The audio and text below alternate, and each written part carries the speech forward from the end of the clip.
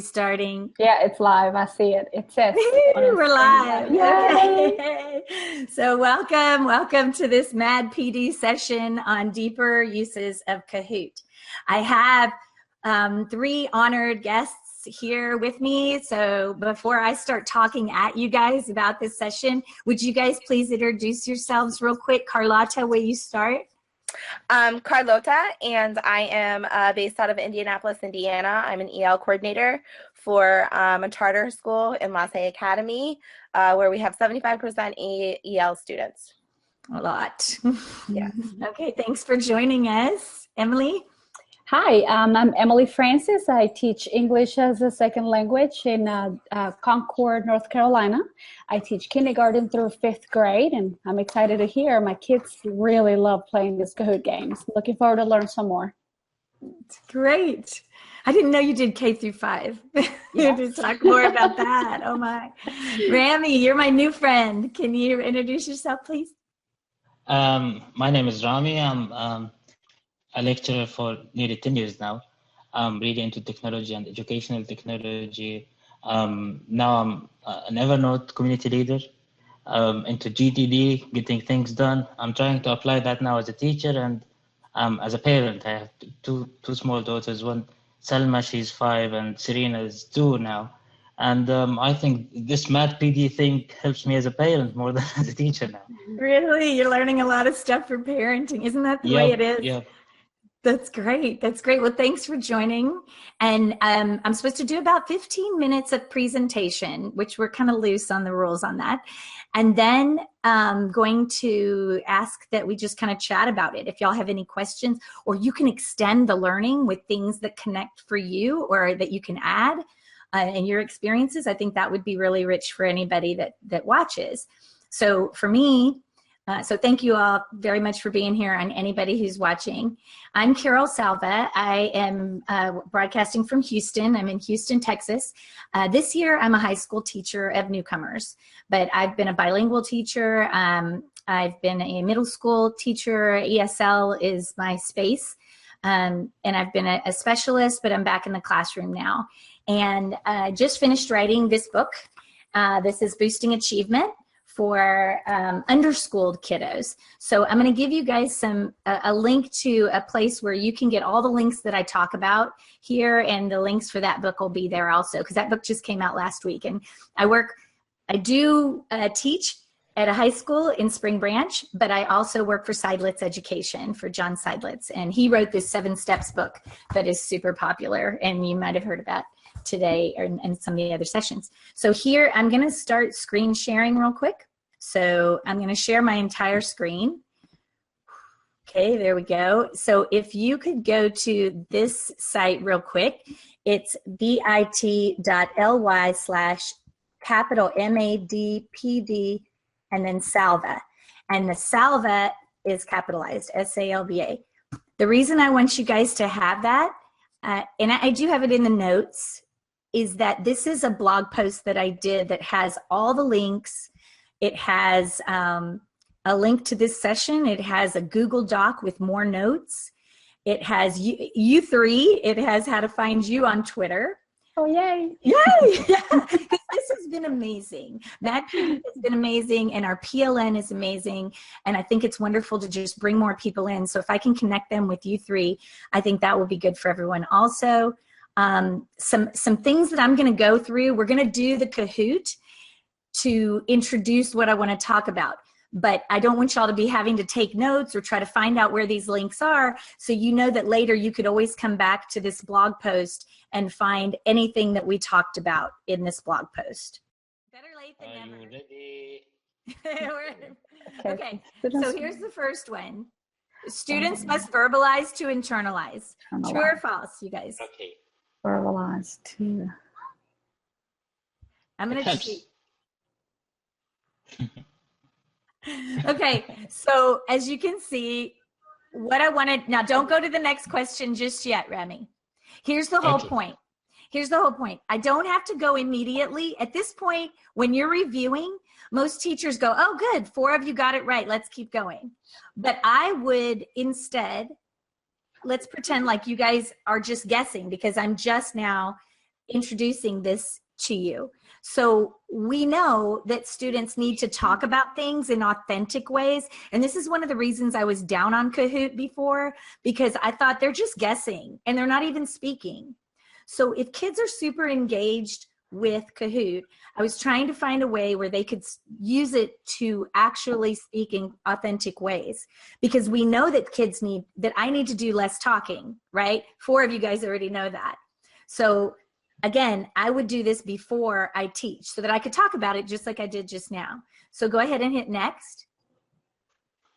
So you do this before the real lesson? I do, either as a preview or to teach it. So yes, this is either how I teach it or I just preview real fast with a Kahoot. But this one I'm gonna model teaching something. So go ahead and go to the next one. Carletta answered the fastest. Oh, look, Valentina's playing with us. Okay. Oh, okay. Where is she? I don't see her. You don't have to be in this hangout as long as you have. We have live. Yeah, and we have kids in other classrooms that sneak a peek and play our Kahoot. Oh, okay. So go ahead and hit next, Rami. I'm so excited Valentina's here. Okay, so this is Robert Marzano talking to us about every student, not ESL student. But what does he tell us equates to a 19-point percentile gain in achievement? What do you think? I'm just gonna infer here. Yeah, you're guessing. Remember, I haven't taught this material yet. So my students are just guessing at this point. And you have to kind of talk to them about that so that they get comfortable with getting answers wrong. Who said standardized testing? Oh, come on. Who did that? Okay. So wait, don't go on to the next thing yet, Rami. Don't go on to the next thing. Okay. So not yet. So at this point, you know, Carlota was astute there in saying, okay, so I'm looking across my classroom. I haven't taught this yet, but it's giving me an idea, like we were saying before, of who thinks what, right? Before we've taught anything. So you kind of know where people's background knowledge is, or, you know, your class might have guessed, but if all of them got something right, I'm not going to teach that deeply. This is going to save me time, right? So that's one thing. And I think that's so important. And I've never thought of it that way, of using Kahoot. But, you know, I do a lot more coaching now, and I'm always telling my teachers, if they already know something, why are you still teaching it? I know, because we did it last year. Yeah. Like, move on. They're ready to move on. I'm the worst at that. I'm in love with my curriculum. I'm in love with what worked last year. But every once in a while, I have to go, wait a minute, they got it. Some of them can teach it. So move on, like you said. Yeah. And this is concrete. If 100% of your kids are getting a lot of this Kahoot right about the Protestant Reformation, that's not something I'm going to go deeply on this 9 weeks. I just think it's really important too for teachers to realize that, one, you're wasting your time when you're reteaching it when they already know it, but 2, they're bored.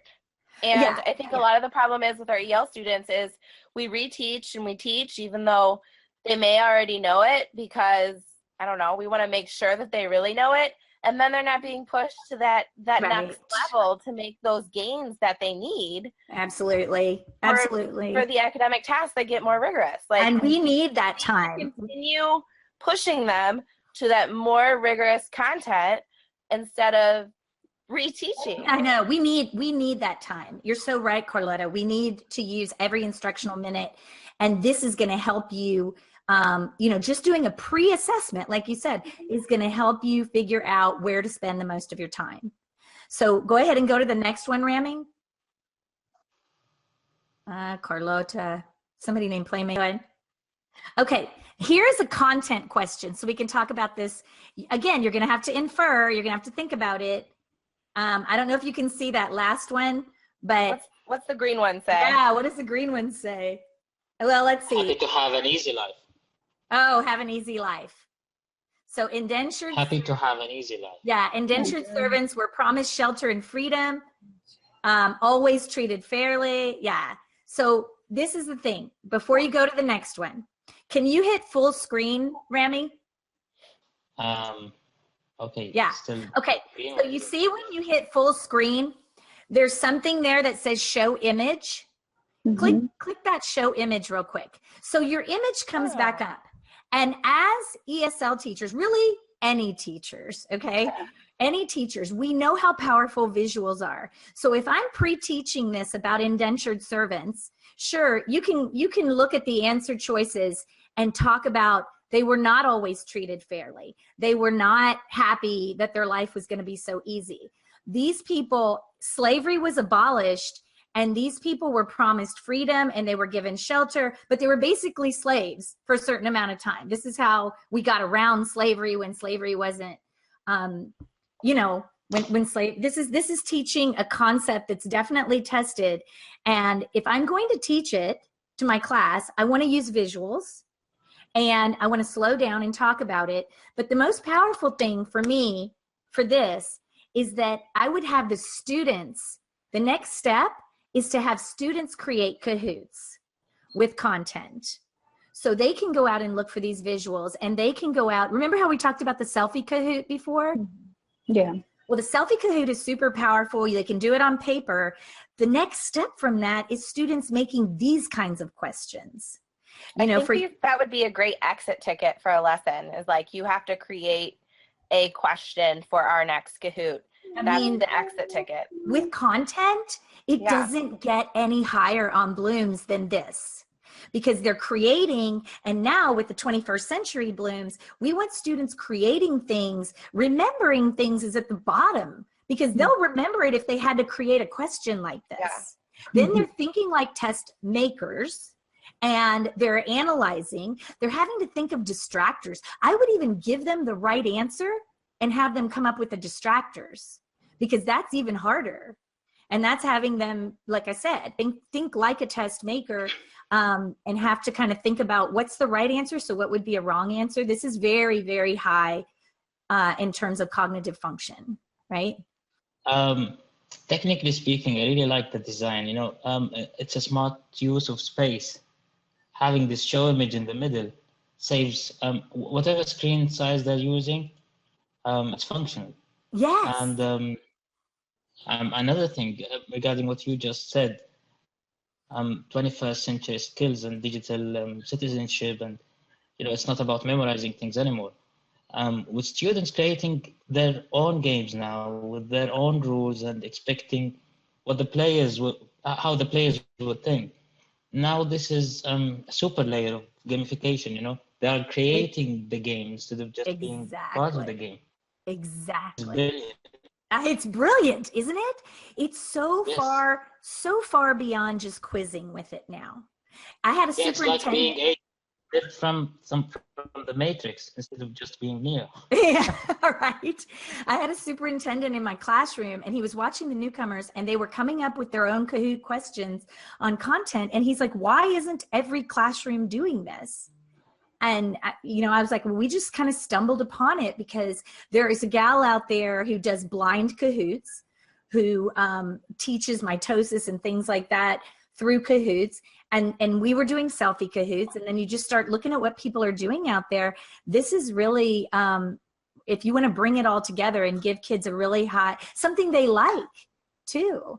So you have to be on full screen. And again, you don't have to go on to the next question. Carlota, if you have newcomers in a science classroom or in a regular classroom, it's not going to hurt anybody to say, okay, before we move on to the next question, let's all read this out loud. It says, indentured servants were promised shelter and freedom. Everybody on 2, 1, 2. And they all read that chorally out loud. Even the GT kid who speaks English needs to focus. Right. And practice our vocabulary. My question, and like when I used Kahoot, I had one-on-one technology.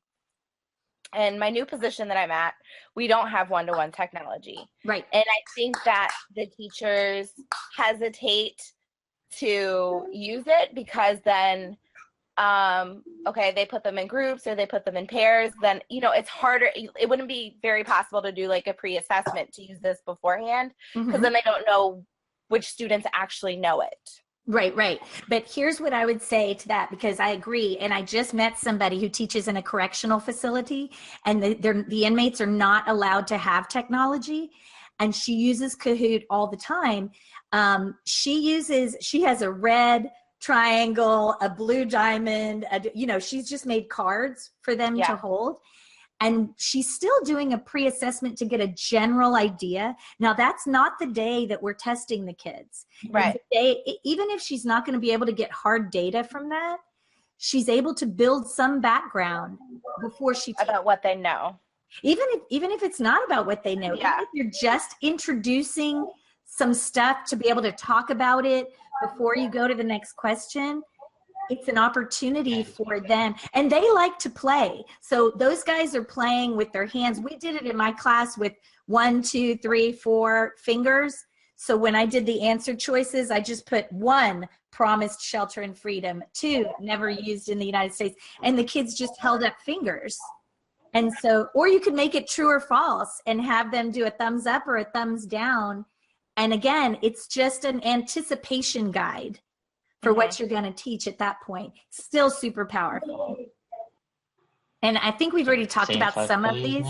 Yeah, so students creating assessments with content. We've already talked about these. There's only 3 choices. Does this allow me to avoid teaching? Is this a high cognitive task? Or is it a complete waste of time? Well, it does take some of your work away. But that's not really the goal, right? Okay, so absolutely, it's a higher task. We just talked about that. Carlota, really? What? I did it. That's not me. That's okay. I also created this Kahoot so you guys can do it on your campuses. Anybody watching, I have the link for you guys to be able to give this to your staff. So here's the Selfie Kahoot that a teacher, an example of how a teacher might make a Selfie Kahoot and why we might do that. That's just a screenshot of the one that I made.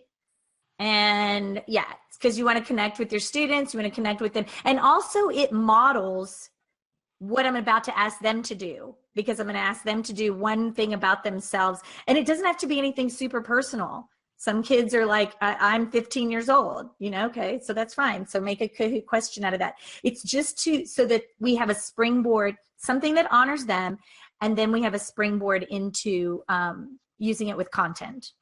I'm so grateful, Rami, that you can do this screen sharing thing. Okay, so when students make Selfie Kahoots. Yeah, that's another thing. Creating content assessments. Yeah, so if you'll show that image real quick, one thing I want to show about the students creating them. Now that's what the paper template looks like on the left. It's like I said. Did you make that, or is that no, provided by Kahoot? No, and on that bit.ly that I gave you, and I'll give it again, I have the link to that. Kahoot gives us those. It's a place for them to put a question, a place for them to do an illustration. Anybody can do this the day they get to the country, or, you know, at any age level too, because there's a place for an illustration. And then you put 4 answer choices, or you might tell them to just put 2 or 3, and they circle the right one. So you can see there on the right are some actual ones that my students made when we did that holiday one. And this is where sometimes their artistic talents come out and you're like, oh my goodness, I just didn't even realize. Sometimes I'll just take a picture of that and use that as the visual in the Kahoot, because that honors them also. And they can do that in their native language. It's no problem, because I'm going to put it in English. If they're 16 or over, they can have their own Kahoot account and they can share it with me. But it's easy for them to give me the paper one, and then I create it and everybody's excited the next day when we have that. So that's it. So this template is downloadable from Kahoot itself? Yes, and in that bit.ly, MADPD Salva, I have the link to it. It's a Dropbox folder, or you can always email me and I'll just shoot you a copy, but it's a document that you print out. Yeah, that's great.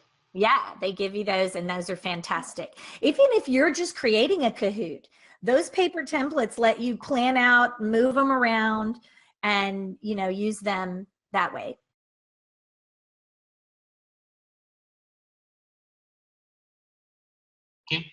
Okay, so that's Emily's students right there playing our Selfie Kahoot. Remember, they were 1,000 miles away. And so sharing those, what do you think that does for you? Facilitate global connections, bore your students, lower engagement, or take away from precious worksheet time? I clicked the wrong one. That's totally okay. Okay. So yeah, absolutely. It facilitates global connections. We already talked about that. Okay, this is the last one. Going beyond the quiz with Kahoot is difficult. It sets up your students for failure. It's totally worth it. Or okay. It requires high-tech skills. Right. It doesn't require high-tech skills. It's something not everybody, but there were only 6 countries in the world last year that did not use Kahoot. Wow. In the entire world. They've gone past 1 billion users or 1 billion games or something. I mean, it's ridiculously popular. So if the kids love it that much and we're all comfortable quizzing with it, why not just back up and teach with it? Because there's so many benefits to teaching with it. So, and we really haven't even gone over all of those. So thank you. You can go past that. Next. You can also get results. Carlotta, congratulations. Yay! Millie did great too, and Playmaker. But you could go and get results. And if you gave your students a unique sign-in name, you can start tracking how they do over time.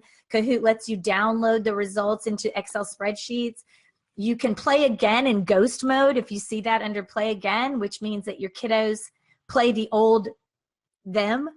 So imagine if you do a pre-assessment and then teach, even if you don't stop between each question, we're just going to do a pre-assessment. You guys guess. It's an anticipation guide. Then we're going to play it at the end after I teach, and we're going to play against our ghosts. And the kids aren't playing against other kids. They're just trying to get past what they did before. And that's powerful. That's really powerful.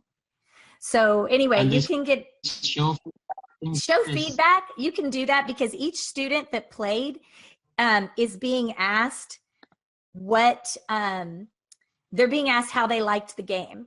So you as a teacher can show everybody's feedback if you click on that. Did the kids recommend it? You know, how many said that they liked it? How many said that they learned something? That's just feedback that we're all getting on our screens right now. And that kind of helps because when you go to borrow other people's Kahoots and copy them, you want to look at the kids' feedback on that. It's like their reviews. It's like their ratings. So that's what that's for. So if you'll do me a quick favor, Remy, and go to this, if you will go to bit.ly, that / and then all capital MAD, so bit.ly / and then capital MAD, PD capital, and then Salva, capital S, and then little ALVA. This is a blog post that I put out this morning, if you'll scroll down a little bit, and it has everything that we just did. But if you go right back up to the top real quick, this is something that might be useful to you guys. Do you see where it says a Google Doc with notes is here? If you click on that. So this goes through each screen of that. If you decide that you want to give this Kahoot at your campus to show people deeper uses of Kahoot, there's talking points for each slide. Like the goal is to have students thinking critically, and we want authentic conversations. These are the things that I said when we played it. Every student should be engaged. Robert Marzano, you know, that was the second one. We can teach with a Kahoot. Higher on blooms is a great way to have, you know, each one of those talking points, so you don't have to take notes and you don't have to remember what I said. So if you scroll down to the second page, those are all the Kahoot questions and all of the answers. I actually use that too in my class. I'll take a screenshot of the Kahoot that I made like that, and that's something they can take home and practice if it's with content. So that's also a way to have a study guide for students. So this blog post and that Google Doc should have everything that you guys need to be able to use this and share it with others. What questions do you guys have, or what do y'all want to say about any of this? I'm a college lecturer, so basically most of our students are 18 up. A year ago, one of my colleagues and me tried to use different technologies in class. So his share included Kahoot. I didn't use it in my class. He used it, and I used something else. Some of my students who were in his class, we shared one class, and they came to me. They say, "We know you are into educational technology. You always show us the new software and stuff to use, and with us." I found it surprising. There are 18 out. I said, do you like it? Yeah, they mentioned my colleague and said, we do it in his class. Why don't you do it here? We do everything technology here. Why didn't we use Kahoot? That even grown-ups can use it and they enjoy it. Absolutely. Now, even teachers, I think, will enjoy it. I think so too. I don't understand why. Well, I mean, I do. It's because we're so busy that we can't think of everything. But I would encourage people to do these in staff development, even if all you're going to do is give, I don't know, procedures for end of year cleaning out of your room, right? If you have to go over that, something super dry like that, especially, why not create a Kahoot for your staff? They're going to wake up. It's 3:30. We're all tired, 4 o'clock at the end of our school day, and we're sitting in staff. Why not make a Kahoot out of that and mention, look, I can teach with this. You guys can be teaching with this. You don't have to be, because like you said, adults will enjoy it too. And another quick thing on that, Rami, is we do this with my family at Thanksgiving, at Easter. Everybody texts me one trivia question about themselves, and I make a quick Kahoot. And we just play it off my laptop, and my family loves it. From the little kids to the grandparents, we'll sit around and play a Kahoot about ourselves that is just so funny and so fun. And I've definitely done it for PD before. You've done it for PD? Yeah. How did that go?